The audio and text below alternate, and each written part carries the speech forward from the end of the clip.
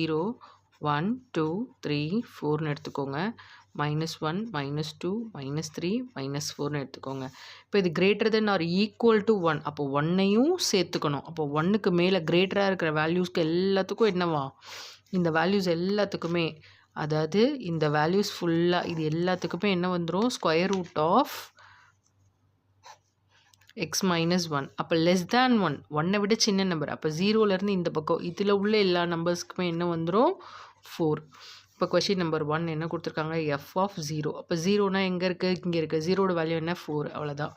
அடுத்தது question number 2 2க்கு என்ன எஃப் ஆஃப் 3 இப்போ 3 எங்கே இருக்குது இங்கே இருக்குது square root of x minus 1 which is equal to square root of 3 minus 1 which is equal to square root of 2.